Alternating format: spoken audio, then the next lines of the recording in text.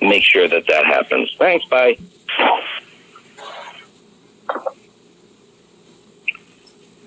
John Wesley Sharp, attorney and counselor at law, 730 Callis Drive, Queens, running through your veins. Request the Akron City Council to support the conservation of tight. Yes, my name is Harrington Hargrove. I live at 1008 Laurel Avenue, Akron, 44307, Ward 3. And my concern has been that the Akron Zoo paid nothing for its water and sewer services right up until 2019. And for 3 years prior to that, the city paid $345,912 a year for that service, a total of $1,037,000. In 2019, Mayor Dan Horrigan insisted they pay 25% of the $345,912 for their water services. Why is it that the animals in the zoo are more important than the black community? Also, the city of Akron has invested over $100 million in the Opportunity Park and Canal Place, which is in Ward 3. Also, the city of Akron has invested in the Edgewood Homes, which is in Ward 3. Also, the city has invested in the Diagonal Road Housing Project, which is in Ward 3. Also, the city has invested over $1 million in the Dave Walters dealership, which is in Ward 3. James Hardy has stated that the black community has been excluded from opportunity. The black community in Ward 3 has been redlined and excluded from economic opportunities. When will this practice end? I'm asking that the city to look into this matter closely. I've been asking the city to invest in Ward 3 for quite a while. So please, Council, look into what's going on in this community. And not only Ward 3, but the black community at large. Where's the equity in how you allocate funding? So what I'm asking from the city, which I always do, is to be fair with the black community.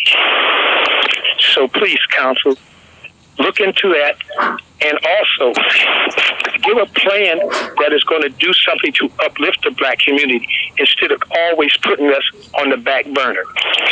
This is my request that you, and I ask Council to please look into the matter that I am speaking about.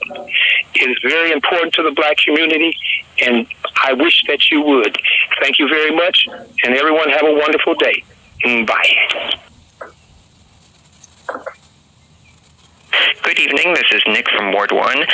First, I find it quite unsavory that not a single council person addressed Miss Williams' powerful and moving comment about her son last week. When a citizen of Akron comes forward with a story about Akron police brutalizing black individuals, I would hope this council would show a little more respect and human decency. Do black lives actually matter to any of you, or do you just say that for clout? Was reimagining public safety nothing more than a PR stunt for the city? Did you all waste 6 months of our time just to end up not caring about black Akronites who face racial profiling and racialized police brutality? This is shameful.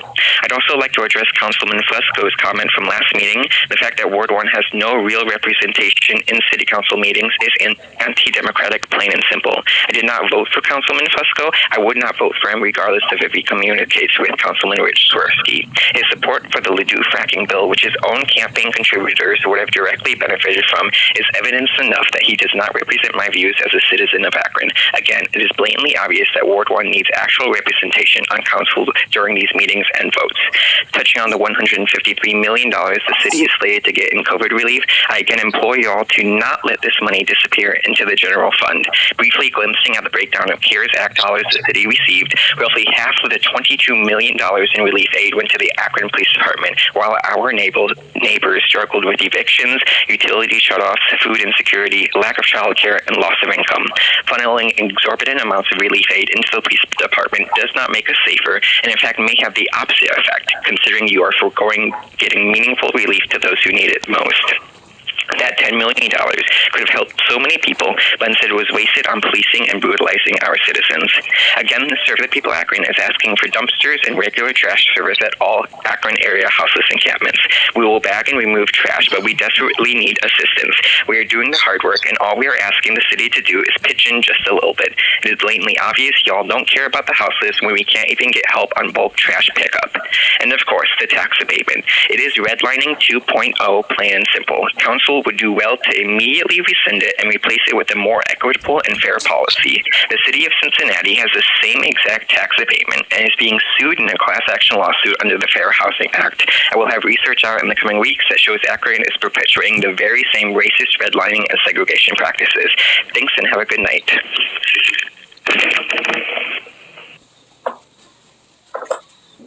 Hi, my name is Vibhushan Kumar. I'm from Cuyahoga Falls, Ward 8. I'm calling on behalf of Serve the People and the work that we are doing with the community out there. We're volunteers, and we up to help the community out there, and we have been asking for City Council to help us out in picking up the trash that they did and taking it to the proper area, the dumpsters and whatnot, and we have not been getting the proper service and assistance from City Council, and I'd just like to keep bringing that attention up to possibly get help and find a possible relationship to make sure that the trash that we're able to pick up as citizens gets picked up through the services of the city. On the second note, I'd also like to continue bringing attention to the issues that were talked about last week. I've heard about the AHAMA issue about the hot water, and then Miss Williams called to police brutality on her son. I hope those issues are being taken with seriousness by City Council, and I hope to keep following up on those issues to make sure that those citizens are finding the needs to their issues. Thank you. Bye.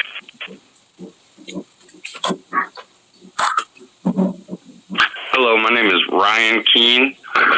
I was born in Akron and I'm a longtime resident of Ward 10. I'm a member of About Face Veterans Against the War and Serve the People Akron. I'm looking forward to Councilwoman Samples continuing to follow up on answers for the houseless community. According to the Akron Beacon Journal, CSX notified both the mayor's office and the Akron Police Department on February 10th about the illegal encampment sweep at Grace Park on February 17th. Who was notified in the mayor's office and APD on February 10th? Why wasn't City Council notified? Why wasn't the houseless community surrounding Grace Park notified or the properly posted notifications at Grace Park?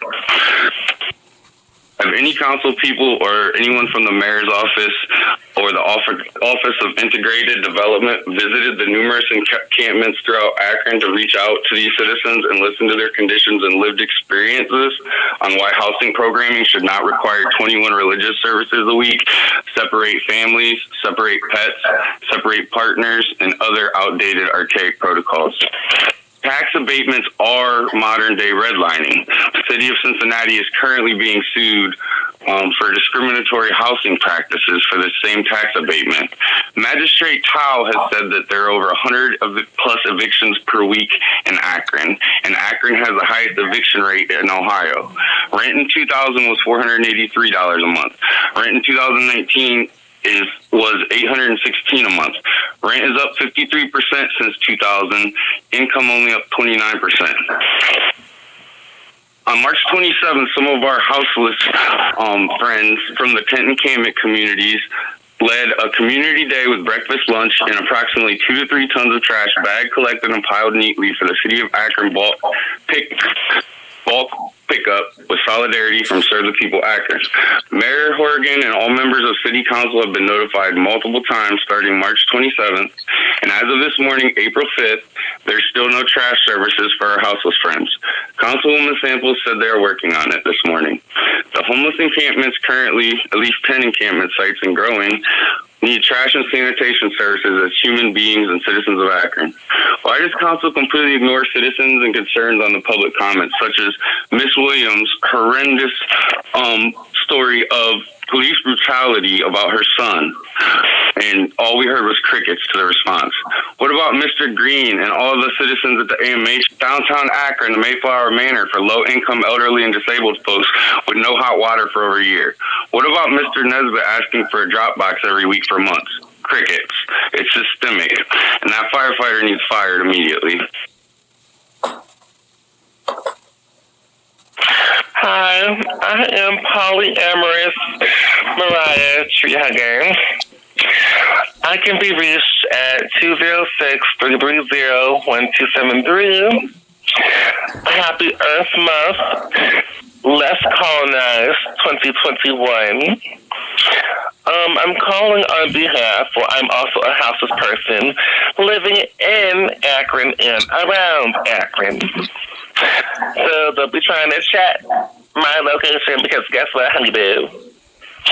As a houseless person, I be living in Akron, in Freeman, in Kent, in Stowe.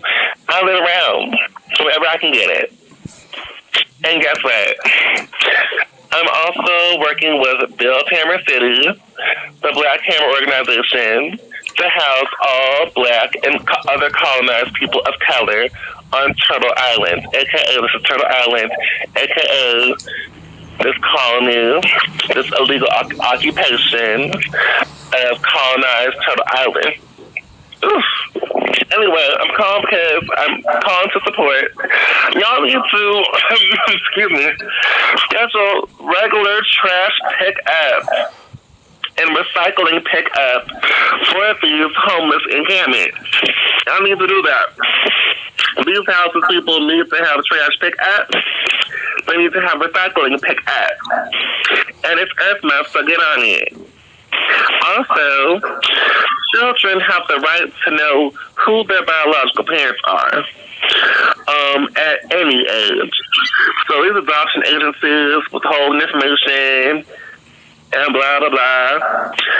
Literally, by y'all lowering Akron's municipal voting age to 12, that would be the best way to begin to respect to respect the suffrage that everyone has a right to, and to begin to eliminate barriers to suffrage. Akron, Ken, Streetsboro, but since y'all the Akron City Council, I'm going to address y'all specifically. Akron needs to lower its municipal voting age to 12. I could humbly request that y'all lower the Akron municipal voting age to 16, but other cities have already done that with voting. So, again, I am polyamorous Mariah. I am a houseless person advocating for Build Hammer City, and y'all are welcome to donate some funds to that. We have raised about $65,000. Hello, my name is Elise Sabo. I live in Kent, Ohio, and I've been working with this Serve the People Akron mutual aid group recently. And we've been doing some cleanups around encampments where some of our houseless friends are living, and we're hoping that the city would consider having sanitation services there, like porta potties and different, dumpsters, because our friends want to live in clean spaces, and that would go a long way in helping them keep those spaces clean and keep the parks and such looking nice. Additionally, I know that there are a bunch of evictions happening in the city. I have a number that there's 100 evictions per week and rising. I'd like the city to impose an eviction moratorium. Rent's gone up 53% since 2000, while the median income has only risen 29%. And we don't, it's hard living out on the streets, and we don't want any more people that have to living out there. Please do everything you can to help our homeless friends and let them live in safety. Thank you. Happy Easter season, everyone. For 2021, I'm Bill Nesbitt at 330-379-2235 and 1155 Diagonal Road. As always, great Thanksgiving, great service. Let's add to that, though. Let's have that drop-off box of mail at our original High Street location for the aid of our citizen tree. And let's reestablish our headquarters there for all. Once again, all have this great 2021 spring Easter season.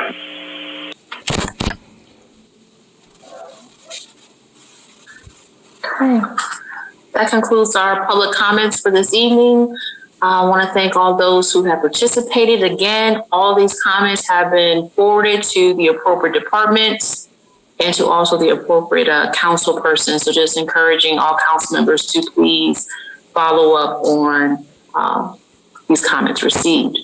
At this time, we will go over our committee assignments, rules. Councilman Freeman. 2 p.m. Public Safety, Councilman Kamer. 2:15. Budget and Finance, Councilman Freeman. 3 p.m. Parks and Rec, Councilman Neal. 1:45. Planning and Economic Development, Councilman